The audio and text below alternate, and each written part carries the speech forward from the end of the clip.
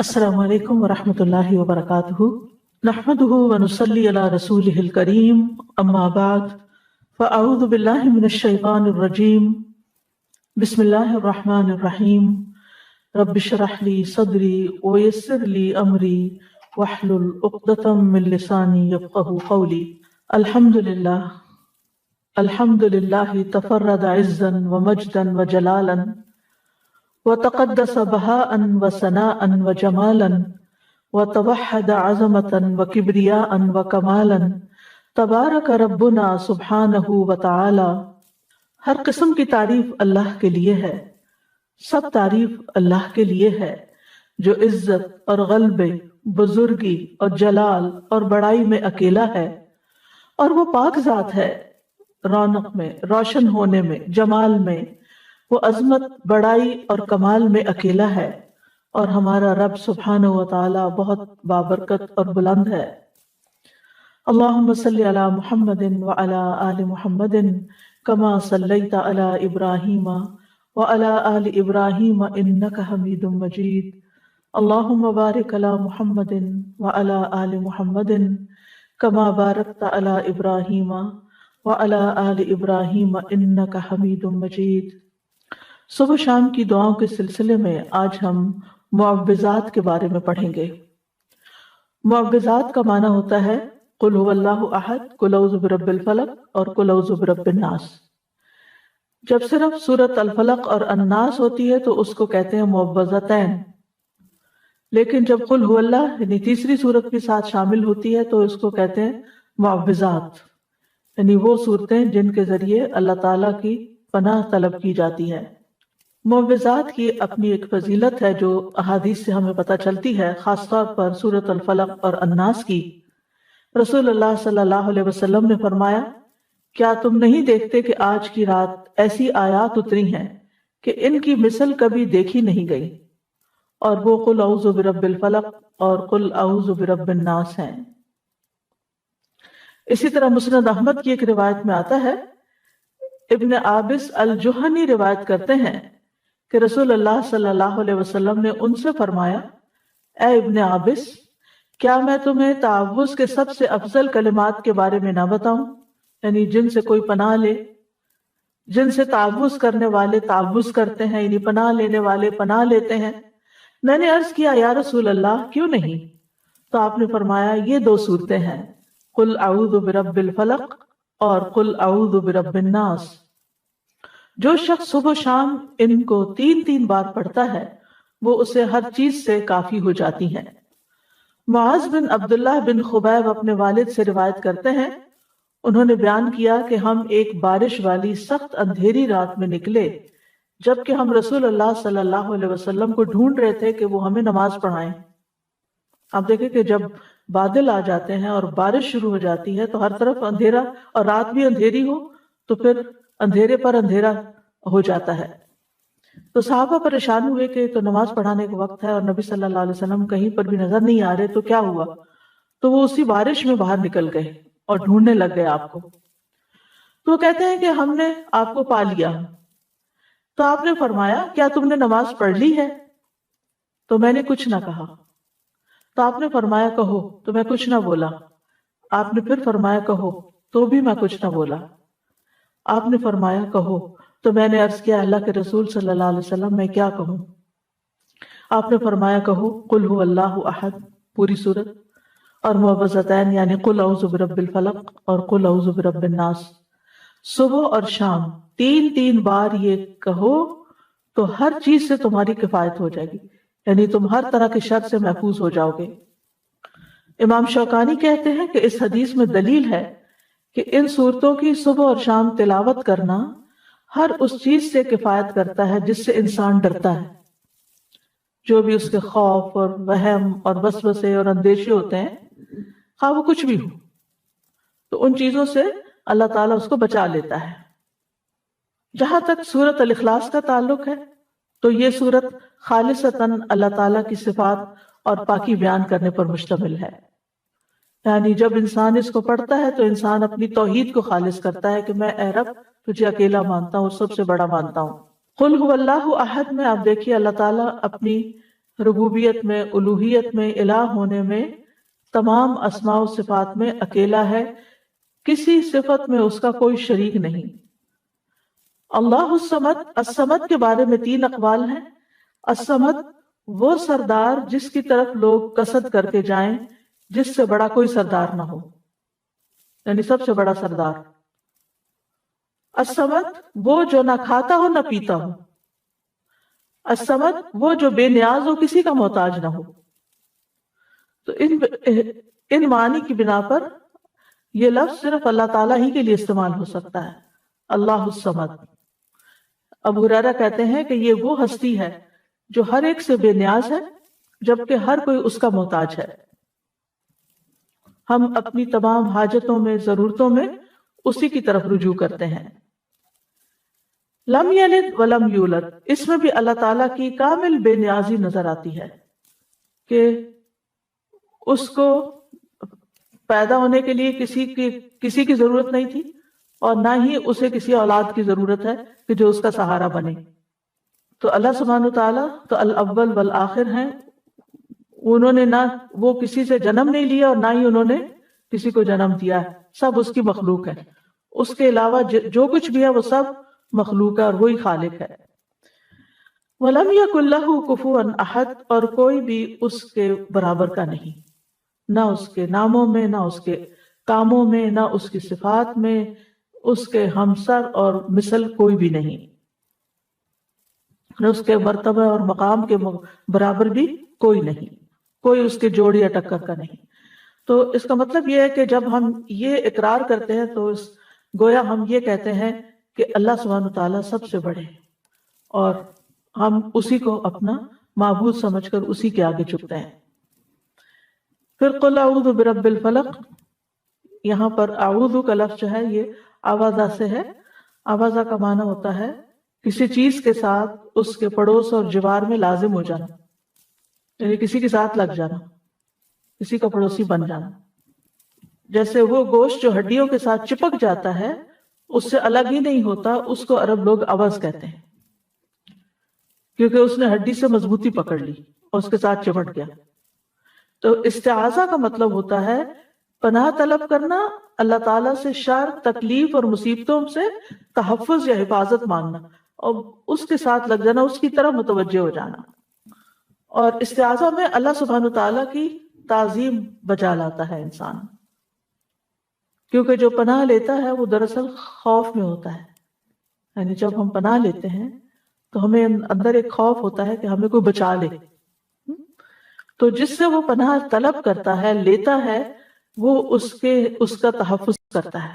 یعنی جب ہم اللہ تعالیٰ کی پناہ لیتے ہیں تو پھر اللہ تعالیٰ ہمارا بچاؤ کرتے ہیں اور ہماری حفاظت کرتے ہیں، اور یہ اس کو دراصل تعظیم کہتے ہیں، یعنی ہم اللہ کو اپنے سے بڑا مان کر اس کی طرف جاتے ہیں، اور یہی تعظیم عبادت ہے۔ آپ دیکھیں کہ دنیا کی زندگی جو ہے وہ بہت سی آفات، تکلیفوں اور مصیبتوں سے بھری ہوئی ہے۔ انسان کے بہت سے دشمن ہیں، جن بھی، انسان بھی، اور مخلوق میں سے اور چیزیں بھی اس کو نقصان دیتی ہیں، جیسے کیڑے مکوڑے، وحشی جانور، بے شمار چیزیں ہیں۔ تو انسان کو ان ساری چیزوں سے بچنے کے لیے، ان سارے دشمنوں سے حفاظت کے لیے کوئی ایسی ہستی چاہیے جو ان سب کو کنٹرول کر سکے، اور وہ صرف اور صرف اللہ کی ذات ہے۔ تو قل اعوذ برب الفلق، تو فلق کا مطلب ہے صبح، ٹھیک ہے، کیونکہ فلق صبح کا پھاڑنے والا ہے، الگ کرنے والا ہے، اور اسی طرح ہر چیز کو پیدا کرنے والا ہے۔ علماء کہتے ہیں کہ اس میں اس بات کی طرف اشارہ ہے کہ جو اندھیروں کو اجالے میں بدل دیتا ہے اور روشن کر دیتا ہے، اور اندھیروں کو ختم کر دیتا ہے، تو وہ بیماری اور تکلیف کے اندھیروں کو بھی ختم کر سکتا ہے۔ یعنی جو ہستی، جو رب رات کو دن میں بدل دیتا ہے، وہ میرے دل کے غموں اور اندھیروں کو بھی دور کر کے اس کو روشن کر سکتا ہے، میرے دل کو بھی سکون عطا کر سکتا ہے۔ من شر ما خلق، ہر چیز کے شر سے جو اس نے پیدا کی، یعنی کسی بھی قسم کا شر، چاہے انسانی ہو یا حیوانی ہو یا جناتی ہو، یا پھر کوئی بجلی کا کڑکا ہو، یا کسی جانور سے متعلق ہو، یا آندھی ہو، طوفان یا پانی ہو، کچھ بھی ہو، دنیا اور آخرت دونوں میں ہر طرح کے شر سے بچانے والا صرف اور صرف اللہ ہی ہے۔ اب یہاں من شر ما خلق، اور اس کا مطلب کیا ہے کہ ہر وہ چیز جو اللہ نے پیدا کی اس کے اندر شر بھی ہے۔ تو مطلب یہ ہے کہ اس کا یہ مطلب نہیں کہ ہر چیز کے اندر شر ہے، بلکہ جن چیزوں کے اندر شر ہے ان سے پناہ مانگے۔ جیسے اب فرشتے ہیں تو ان میں تو کوئی شر نہیں، ٹھیک ہے نا، اسی طرح انبیاء ہیں ان میں بھی شر نہیں، جنت ہے اس میں بھی شر نہیں۔ لیکن عام روزمرہ زندگی میں جو چیزیں ہمیں نظر آتی ہیں، بعض اوقات اچھی بھی نظر آتی ہیں، لیکن ان کے اندر بھی ہمارے لیے بعض اوقات تکلیفیں ہوتی ہیں۔ وَمِن شَرِّ غَاسِقٍ إِذَا وَقَبَ، اور رات کی تاریکی یا اندھیرے کے شر سے جب وہ چھا جاتا ہے، کیونکہ اندھیرے میں کچھ نظر نہیں آتا، تو بہت سی تکلیف دینے والی چیزیں جو ہیں وہ اس وقت ظاہر ہو جاتی ہیں اور انسان کی طرف آتی ہے تو انسان ان سے بچ نہیں سکتا۔ رات کے اندھیر، شام کے وقت ہی جنات کا غلبہ بھی ہوتا ہے، چور ڈاکو وغیرہ بھی اسی وقت حملہ آور ہوتے ہیں۔ امام ابن قیم کہتے ہیں کہ رات اندھیرے کا مقام ہے، اور اس اندھیرے میں انسانوں اور جنات کے شیاطین اتنا غلبہ پاتے ہیں جتنا وہ دن کو نہیں پا سکتے، کیونکہ دن نور ہے اور شیطان کا زور اندھیروں میں ہے، اور وہ اندھیرے والی جگہوں میں چلتا ہے، اور ان لوگوں پر اس کا زور چلتا ہے جن کے دلوں میں اندھیرا ہے اور وہ تاریکی والے ہیں، یعنی شیطان انہی کو کنٹرول کر پاتا ہے۔ اسی وجہ سے رات کو جادو کا زیادہ غلبہ ہوتا ہے، رات کو اس کی تاثیر بڑھ جاتی ہے، تو لوگ جو جادو کرتے ہیں وہ رات کے وقت قبرستان جا کے غلط کام کرتے ہیں اور مختلف طرح کی چیزیں دباتے ہیں وہاں۔ اب یہاں پر بات اندھیرے کی ہو رہی ہے اور پناہ مانگی جا رہی ہے رب الفلق سے، تو مطلب یہ ہے کہ روشنی جب ہوگی اللہ کے کلام سے تو پھر شر یا باطل کا جتنا بھی کلام ہے اس کا جو اندھیرا اور شر ہے وہ دور ہو جائے گا، اور ہر فسادی جو ہے وہ ختم یعنی چلا جائے گا۔ جیسے جو ہی صبح ہوتی ہے تو جو بھی ایسی چیزیں ہوتی ہیں وہ ساری کوئی سرنگوں میں گھس جاتی ہیں، کوئی پہاڑوں کی کھو میں گھس جاتی ہیں، کوئی کہیں اور غائب ہو جاتی ہیں، یعنی انسانوں کے سامنے نہیں رہتی۔ کیڑے مکوڑے بھی اپنے بلوں میں چلے جاتے ہیں، شیاطین جو راتوں کو پھیلتے ہیں وہ بھی کہیں سمٹ جاتے ہیں جا کے۔ تو یہاں پر اللہ تعالیٰ نے اپنے بندوں کو ایک طرح سے حکم دیا ہے کہ وہ نور کو طلب کریں تاکہ اندھیروں کا مقابلہ کر سکیں۔ اللہ تعالیٰ نے اپنی کتاب میں قرآن مجید کو بھی نور کہا ہے، اللہ ولی الذین آمنوا یخرجہم من الظلمات الی النور، اللہ ایمان والوں کا دوست ہے، انہیں اندھیروں سے روشنی کی طرف نکال لے جاتا ہے۔ تو ایمان نور ہے جبکہ کفر اور شرک اندھیرا ہے۔ پھر فرمایا وَمِن شَرِّ النَّفَّاثَاتِ فِي الْعُقَدِ، اور جادوگر عورتوں کے شر سے جو اپنے جادو سے گروہ میں پھونک مار کے مدد لیتی ہیں، یعنی جادوگروں یا جادوگرنیوں دونوں کے لیے استعمال ہوتا ہے۔ نفاثات، نفاثہ کی جمع ہے جو مؤنث بھی ہو سکتی ہے اور مبالغے کا صیغہ بھی ہو سکتا ہے، بہت زیادہ پھونکے مارنے والے جن کا کام ہی یہی ہے۔ وَمِن شَرِّ حَاسِدٍ إِذَا حَسَدَ، اور حاسد کے شر سے جب وہ حسد کرے۔ حاسد وہ ہوتا ہے جو دوسرے کی نعمت اور خوشحالی کو نہیں دیکھ سکتا اور اس کے ختم ہونے کی آرزو کرتا ہے، یعنی تمنا کرتا ہے کہ دوسرے سے نعمت ختم ہو جائے۔ اور اذا حسد کے ساتھ اسے کیوں مقید کیا گیا؟ کیونکہ بعض اوقات حاسد نے حسد دل میں چھپایا ہوا ہوتا ہے، ظاہر نہیں کرتا، اور ایسے میں دوسرے انسان کو کوئی تکلیف نہیں ہوتی۔ اگر کوئی شخص کسی سے حسد کرتا ہے، آپ سے کرتا ہے اور آپ کو پتہ ہی نہیں ہے تو پھر آپ کو تو کوئی تکلیف نہیں ہوگی، نہ دل میں ہوگی نہ ویسے ہوگی۔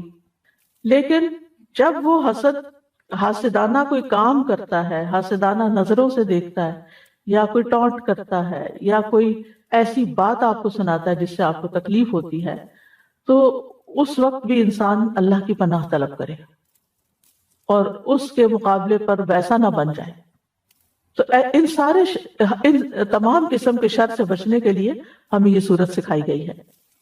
پھر سورت الناس ہے، قل اعوذ برب الناس، کہہ دیجئے میں انسانوں کے رب کی پناہ لیتا ہوں، ملک الناس، انسانوں کے بادشاہ کی، کیونکہ عام طور پر جب کسی کو کوئی پرابلم ہوتا ہے تو بادشاہوں کی طرف، بڑوں کی طرف جاتے ہیں، تو ہم سب سے بڑے بادشاہ کی طرف جاتے ہیں۔ الہ الناس، لوگوں کے معبود، یعنی اللہ سبحانہ و تعالیٰ کی پناہ لیتے ہیں۔ تو ان تینوں میں اللہ تعالیٰ کی توحید اور اللہ تعالیٰ کی ملکیت یعنی بادشاہت اور توحید الوہیت کا ذکر ہے، اور ان چیزوں سے وسوسوں کے شر سے پناہ لینے کی بات ہے۔ آپ دیکھیں کہ پہلی صورت میں کتنی طرح کے شر تھے، لیکن اس صورت میں صرف وسوسوں کا شر ہے۔ تو اس سے کیا پتہ چلتا ہے کہ انسان کے سب سے بڑے دشمن اس کے اپنے ہی وسوسے ہیں، جو اس کے دل میں آتے ہیں، چاہے اس کے اپنے نفس کی طرف سے آتے ہیں، کسی انسان کی طرف سے آتے ہیں، یا کسی شیطان کی طرف سے آتے ہیں۔ یہ جتنے نیگیٹو تھاٹس ہوتے ہیں جن کی کوئی بنیاد ہی نہیں ہوتی، کوئی اصل ہی نہیں ہوتی، یہ سب وسوسوں ہی کی شکل ہوتی ہے۔ یعنی کوئی ایک ایسی تکلیف دہ بات دل میں آ گئی تو سوچ کے اس سے انسان باہر نہیں نکل پاتا، اس کو بریک کرنا ضروری ہوتا ہے، اور اس کے لیے سب سے اہم ترین چیز ہے اللہ تعالیٰ کی پناہ لینا، اللہ سے مدد مانگنا۔ اور پھر شیطان کا وسوسہ کیا ہے کہ وہ لوگوں کے دل میں برا خیال ڈالتا ہے، اور بعض اوقات وہ شر یہ ہوتا ہے کہ انسان کو برائی کو خوبصورت بنا کے پیش کرتا ہے، اور انسان اس کے جال میں آ جاتا ہے۔ یعنی چیز خراب ہے، غلط ہے، لیکن وہ اس کو اتنا خوبصورت بنا کے پیش کرے گا کہ انسان بھول ہی جاتا ہے کہ مجھے اس کام سے روکا گیا، مجھے یہ کرنا نہیں چاہیے، لیکن وہ اس کو اتنا اٹریکٹیو بنا دیتا ہے کہ انسان اس کے پیچھے چل پڑتا ہے، اور بعض اوقات اپنا مال، اپنا وقت، اپنی بہت ساری چیزیں اس کے پیچھے لگا کے ضائع کر دیتا ہے۔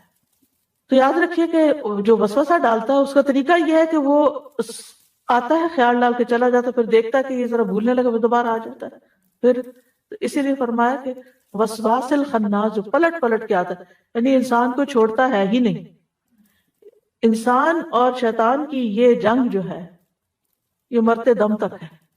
جب انسان کی موت آتی ہے تو اس وقت بھی وہ آ کے دل میں برے خیال ڈالتا ہے کہ تم کیسے کہتے ہو رب رحمان ہے جب تم کو اتنی تکلیف میں ہو، ایسی بیماری میں ہو، اور انسان کو پاگل کر دیتا ہے برے خیالات ڈال ڈال کے اس کے، کیونکہ جب اسپرٹس لو ہوتی ہے نا، جب انسان فزیکلی ویک ہوتا ہے تو وسوسوں کی برمار بھی اور آ جاتی ہے۔ جب انسان ہیلدی ہوتا ہے، جب انسان کی کمپنی اچھی ہوتی ہے، جب انسان کا قرآن کے ساتھ تعلق ہوتا ہے، تو یہ سارا اس کے لیے قلعہ بن جاتا ہے۔ کل جیسے میں نے ذکر کے فائدے بتائے تھے کہ وہ ہمارے لیے قلعے کی طرح کام کرتے ہیں۔ جب ہم اس قلعے میں ہوتے ہیں، فورٹ میں ہوتے ہیں، تو شیطان اس کے اندر نہیں آ پاتا، اسے بہت مشکل پڑتی ہے۔ لیکن جب ہم ان اذکار کو نہیں کرتے، یہ صورتیں نہیں پڑھتے، تو پھر کیا ہوتا ہے؟ شیطان کو خوب موقع مل جاتا ہے حملہ آور ہونے کا۔ اس صورت سے ایک بات اور پتہ چلتی ہے کہ شیاطین جنوں میں سے بھی ہوتے ہیں اور انسانوں میں سے بھی ہوتے ہیں۔ یعنی بعض اوقات تو آپ ہی کے دوستوں کے روپ میں ہوتے ہیں، انسانوں کی شکل میں ہوتے ہیں، آپ کے قریبی عزیز پیاروں کی شکل میں ہوتے ہیں، جو آپ کے دل میں ایسی باتیں ڈالتے رہتے ہیں یا آپ کے کانوں میں ایسی باتیں ڈالتے رہتے ہیں۔ تو من الجنۃ والناس، تو ان دو صورتوں کے ساتھ پناہ طلب کرتے رہنا چاہیے۔ ابن قیم رحمہ اللہ کہتے ہیں کہ بندے کو ان دو صورتوں کے ساتھ تعوذ اور پناہ طلب کرنے کی طلب کی ضرورت سانس لینے، کھانے پینے اور لباس پہننے سے بھی زیادہ ہے۔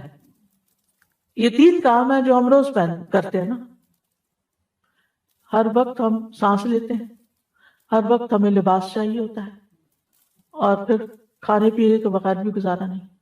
تو وہ کہتے ہیں کہ اس سے بھی زیادہ انسان کو ضرورت ہے کہ وہ ان صورتوں کو پڑھے تاکہ وہ شر سے بچا رہے۔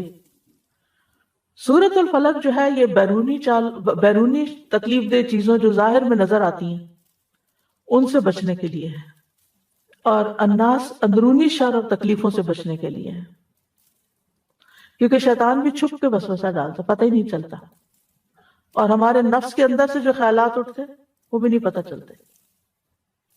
تو ہمیں ہر حال میں اللہ تعالیٰ کی پناہ لیتے رہنا چاہیے۔ اگر آپ اسے کوئی کچھ کہنا چاہیں۔ استاذہ یہ واقعی سچی بات ہے کہ یہ جو سورۃ الناس ہے یہ ایک چیز کو فوکس کیا ہوا ہے، وسوسوں کو، اور آج کل ہم دیکھتے ہیں کہ بہت سارے لوگ ان کی وجہ سے دین اور دنیا دونوں سے گئے ہوئے ہیں. بالکل. ابھی کچھ ینگ بچیوں سے میری ملاقات ہوئی، ٹین ایجرز تھی، تو وہ مجھے بتا رہی تھی کہ اسکول میں کچھ لڑکیاں ہیں جو یوٹیوب دیکھ کر اور مطلب دین سے کہتی ہیں کہ ہم دین کو ایکسیپٹ نہیں کرتے، تو وہ ہمارے ساتھ بحث کر رہی تھی اور ہم ان کو ایکسپلین کر رہے تھے کہ اسلام میں یہ نہیں ہے جو تم کہہ رہی ہو، یہ نہیں ہے جو تم کہہ رہی ہو، تم غلط سوچ رہی ہو. پھر کہتی ہیں کہ ہم نے دیکھا کہ وہ دوسری لڑکیوں کے پاس جا کے وہی شک اور شبے والی باتیں کر رہی ہیں.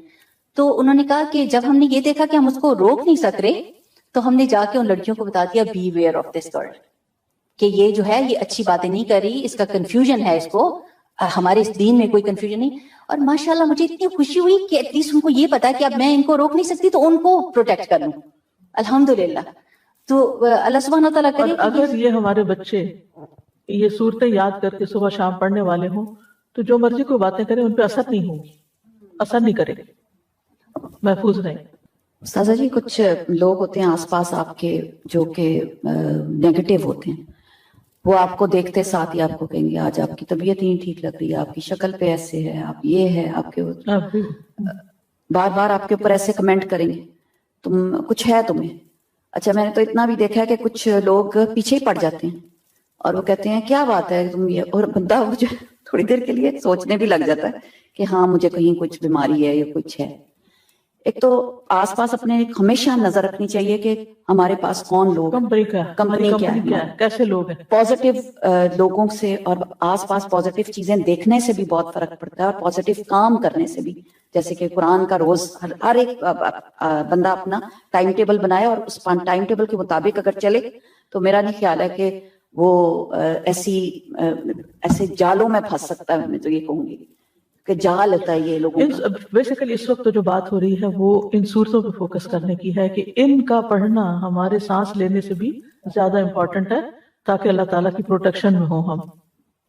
سودا جی جیسے آپ نے کہا کھانے پینے، سانس لینے اور لباس پہننے، یعنی ایوری ڈے کا ڈیلی ورک، تو ہم اپنے بچے کو کھانا کھلانے کے لیے کتنی جدوجہد کرتے ہیں، اس کو بٹھا کے کیا کیا کہانیاں سنا رہے ہیں، منہ بنا رہے ہیں، تحفے دے رہے ہیں اس کو تاکہ وہ خوش ہو جائے. کیا کبھی ایز اے مدر ہم لوگوں نے اس کو یہ وائٹامن دینے کی کوشش کی کہ یہ 3 بیٹا یہ پڑھ لو، اور میک شور کیا کہ وہ پڑھ رہا ہے کہ نہیں پڑھ رہا، اور اس کو سکھایا بھی ہے یا نہیں سکھایا، اور صبح اٹھتے ہی اس کے ساتھ پیار سے جو رائمز کرتے ہیں، پوئٹریز کرتے ہیں، وائی ناٹ یہ تینوں صورتیں اس کے ساتھ یہ پڑھنا شروع کر دیں at the age of habit بن جائے.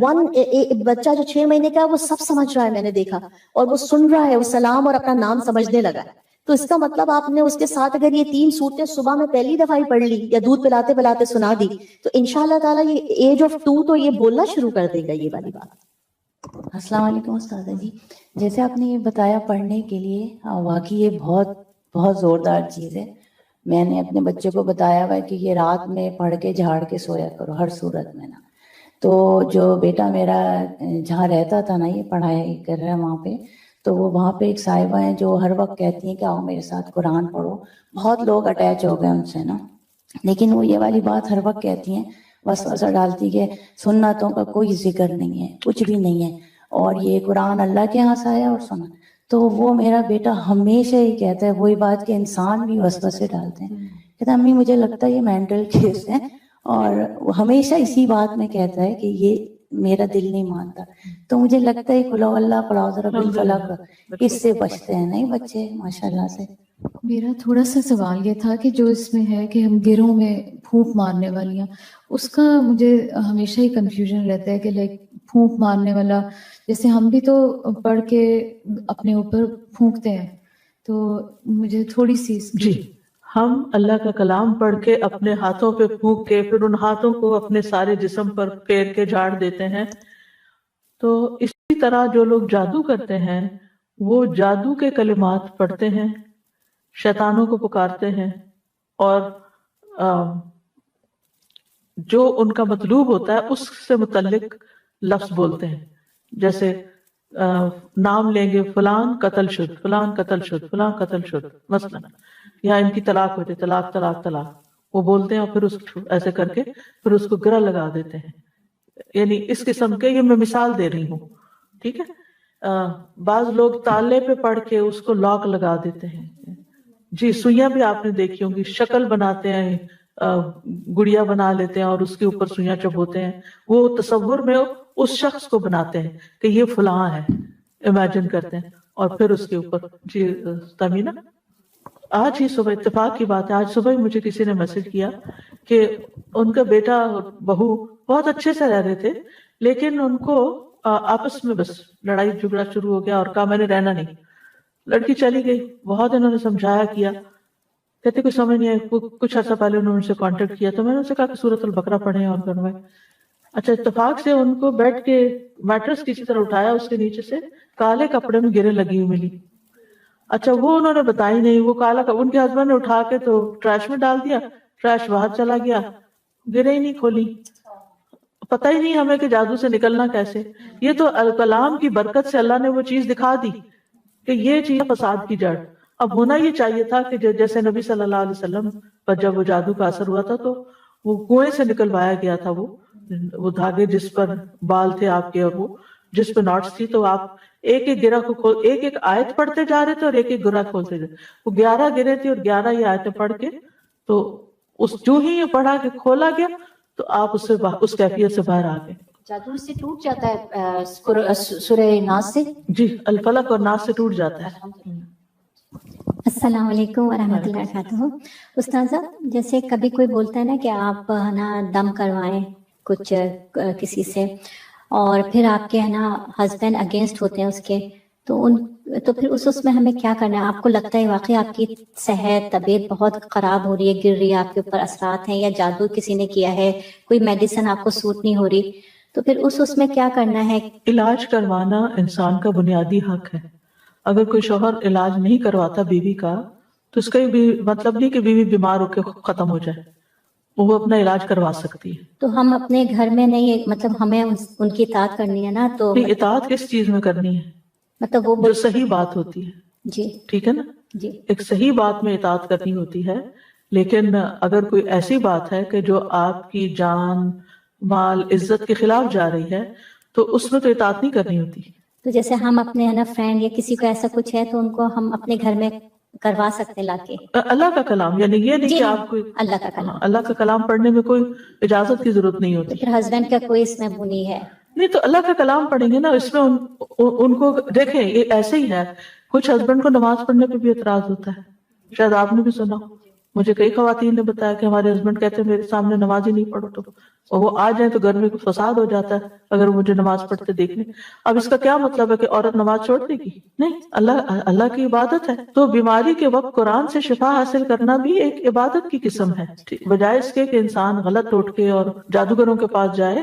قرآن سے علاج میں کوئی حرج نہیں. میں یہ تو نہیں کہوں گی کہ وہ کوئی جادو والے یا اس طرح کے تھے، کہ ایک طرح سے صحیح العقیدہ سیمنگلی کوئی مولانا صاحب امام صاحب تھے. کچھ پیرنٹس نے اپنی اولاد کی کسی ایشو کے لیے ان کو گھر بلایا اپنے، اس اولاد کے اوپر جیسے دم کراتے ہیں نا راقی یا کوئی اس طرح کا، تو وہ انہوں نے کہا کہ اس اولاد کی قد کے برابر دھاگا لائیں. وہ 3 دفعہ وہ قد کے برابر کا دھاگا ریپ کر کے اس کے اندر وہ کچھ قرآن ہی سے کچھ پڑھتے رہے اور ملٹیپل نوٹس باندھتے رہے، اور پھر انہوں نے کہا کہ اس دھاگے کو ان پہ اس طرح یعنی جسم کے اس حصے پر باندھ دیا جائے. اینڈ اٹ واز لائک کہ بالکل غلط بات ہے، بالکل کلیئرلی بات ہے نا، کیونکہ فوراً اس وقت یہ سورہ فلق کی ذہن میں آئی کہ یہ کیوں گرے باندھ رہے ہیں. یہ جادو ہی کی قسم ہے. جادو ہی یہی ناٹ لگا کے پڑھنا، چاہے آپ سورت ہی پڑھ رہے ہوں درست نہیں. یہی میں کہنے والی تھی کہ یعنی کہ محتاط رہیں. ایگزیکٹلی، کیونکہ لوگ اس کو کہنے کو کوئی نہیں کہے گا کہ یہ جادو ہے، وہ تو کہیں گے نہیں یہ تو امام صاحب فلاں مسجد سے ہم لائے ہیں دس دیٹ. لیکن we have to be very careful کہ یہ اس طرح کے حضرات بھی کر رہے ہیں. پھونک تو مار سکتے ہیں، پھونک مارنا درست ہے، ناٹ لگانا درست نہیں ہے. پانی پہ بھی دم کر سکتے ہیں، لیکن پانی دم کرتے ہوئے گلاس کے بیچ میں پھونک نہیں مارتے، اس سے منع کیا گیا. نبی صلی اللہ علیہ وسلم نے غذا کے اندر پھونک مارنے سے منع کیا ہے. یا پھر یہ کہ جو متاثرہ حصہ ہے، مثلا وسوسے آتے ہیں تو نماز میں بھی آپ اعوذ باللہ السمیع العلیم من الشیطان الرجیم من ہمزہ ونفخہ ونفثہ پڑھ کر تو اپنے دل کی طرف تھتکاریں. نماز میں بھی آپ پھونک مار سکتے ہیں اپنے اوپر. پھر ایک اور دعا ہے، بسم اللہ الذی لا یضر مع اسمہ شیء فی الارض ولا فی السماء وهو السمیع العلیم. اللہ کے نام سے، وہ ذات جس کے نام کے ساتھ کوئی چیز زمین میں اور آسمان میں نقصان نہیں دے سکتی، اور وہ بہت سننے والا بہت جاننے والا ہے. یہ ایک بہت ہی خوبصورت دعا ہے جو ناگہانی آفات سے بچنے کے لیے صبح و شام پڑھنے کے لیے کہا گیا ہے۔ سنن نبی داؤد میں ہے، عثمان بن عفان رضی اللہ عنہ کہتے ہیں میں نے رسول اللہ صلی اللہ علیہ وسلم سے سنا، آپ فرماتے تھے جس نے شام کو 3 بار یہ دعا پڑھ لی اسے صبح تک کوئی اچانک مصیبت نہیں آئے گی۔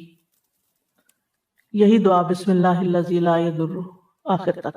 اور جس نے صبح کے وقت یہ دعا 3 بار پڑھ لی اسے شام تک کوئی اچانک مصیبت نہیں آئے گی۔ راوی کہتے ہیں کہ اس حدیث کو روایت کرنے والے ابان بن عثمان کو فارج ہو گیا۔ ابان حضرت عثمان کے بیٹے تھے، تو جو حدیث سن رہا تھا وہ بڑا حیران ہوا اور ان کو حیرانی سے دیکھنے لگا، اور جو فالج زیادہ حصہ ہوگا خاص طور پہ اس کو کہ بھئی یہ کیا ہے، پھر تم کہتے ہو کہ اچانک مصیبت نہیں آئے گی، نہیں اچانک کوئی بیماری نہیں آئے گی، اچانک کوئی شر نہیں آئے گا، تو پھر یہ فالج کیسے ہو گیا؟ انہوں نے کہا کیا ہوا، مجھے کیا دیکھتے ہو؟ اللہ کی قسم میں نے عثمان رضی اللہ عنہ پر جھوٹ نہیں بولا کہ ان کے ریفرنس سے میں نے بات کی ہے کہ انہوں نے مجھے بتایا، اور نہ ہی عثمان رضی اللہ عنہ نے نبی صلی اللہ علیہ وسلم پر جھوٹ بولا، لیکن جس دن مجھے یہ فالج ہوا اس دن میں غصے میں تھا اور یہ کلمات پڑھنا بھول گیا تھا۔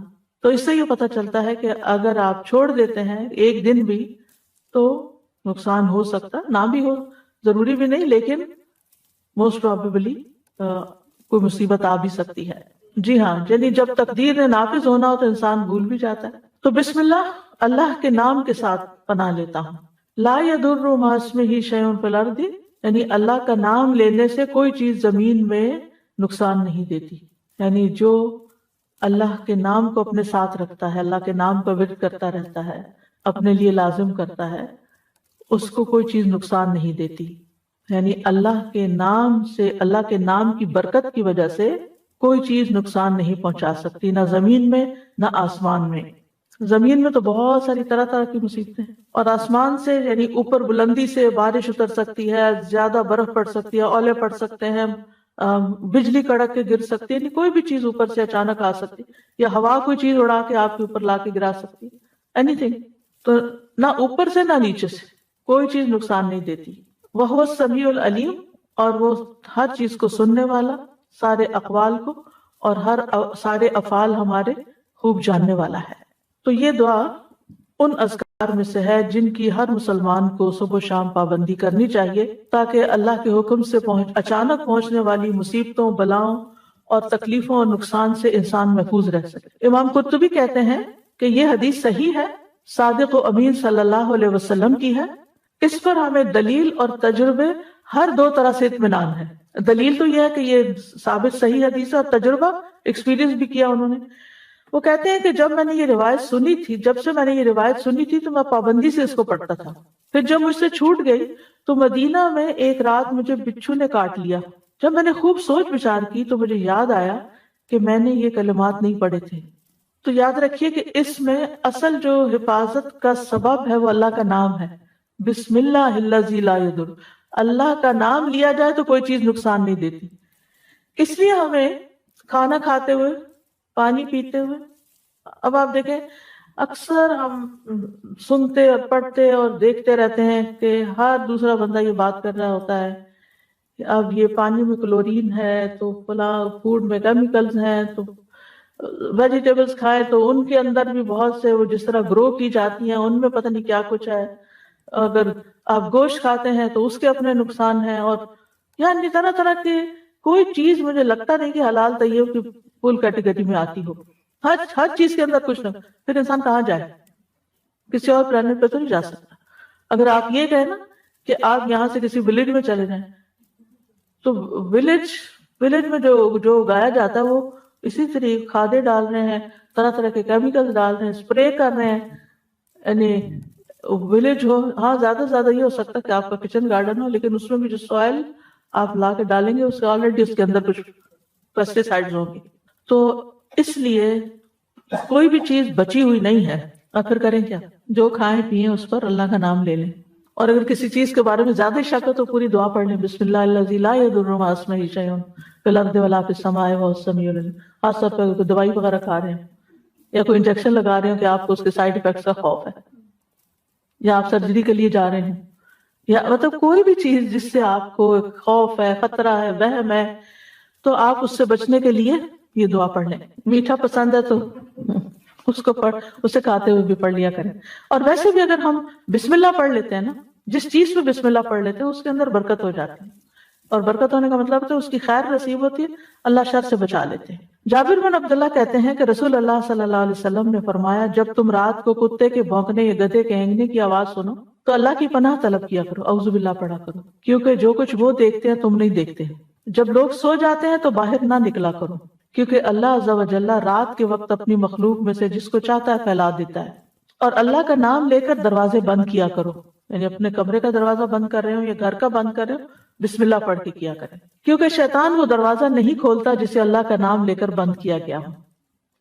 اور مشکوں کو تسمے سے باندھ دو. پہلے زمانے میں وہ لیدر بیگز میں پانی ڈال کے تو وہ درختوں کے ساتھ یا کسی چیز کے ساتھ لٹکا دیتے تھے تاکہ ہوا لگتی رہے، پانی ٹھنڈا رہے. تو اس کو آگے سے پھر باندھ کے تسمے سے تب لٹکاتے تھے، یا رکھتے بھی تھے، ظاہر ہے وہ کہیں بھی رکھے تو پانی نکلے گا.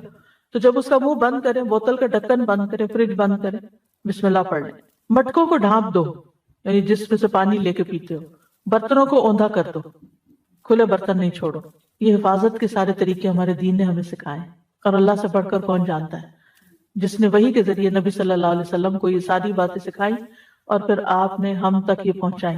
تو ہمارا دین کتنا خوبصورت دین ہے کہ جس میں صرف دین اور آخرت نہیں بلکہ دنیا میں رہنے کے طریقے بھی سکھائے، اور دنیا میں حفاظت کے ساتھ رہنے کے طریقے بتا دیے. اگلی دعا ہے اللہم آفنی فی بدنی، اللہم آفنی فی سمعی، اللہم آفنی فی بصری، لا الہ الا انت، اللہم انی اعوذ بک من الکفر والفقر، اللہم انی اعوذ بک من عذاب القبر، لا الہ الا انت. اے اللہ مجھے میرے بدن میں عافیت عطا فرما، اے اللہ مجھے میری سماعت میں عافیت عطا فرما، اے اللہ مجھے میری بصارت میں عافیت عطا فرما، تیرے علاوہ کوئی اور معبود نہیں. اے اللہ میں کفر اور فقر سے تیری پناہ میں آتا ہوں، اے اللہ میں عذاب قبر سے تیری پناہ میں آتا ہوں، تیرے سوا کوئی معبود نہیں. یہ صبح و شام عافیت کی دعا ہے جو پڑھنی چاہیے.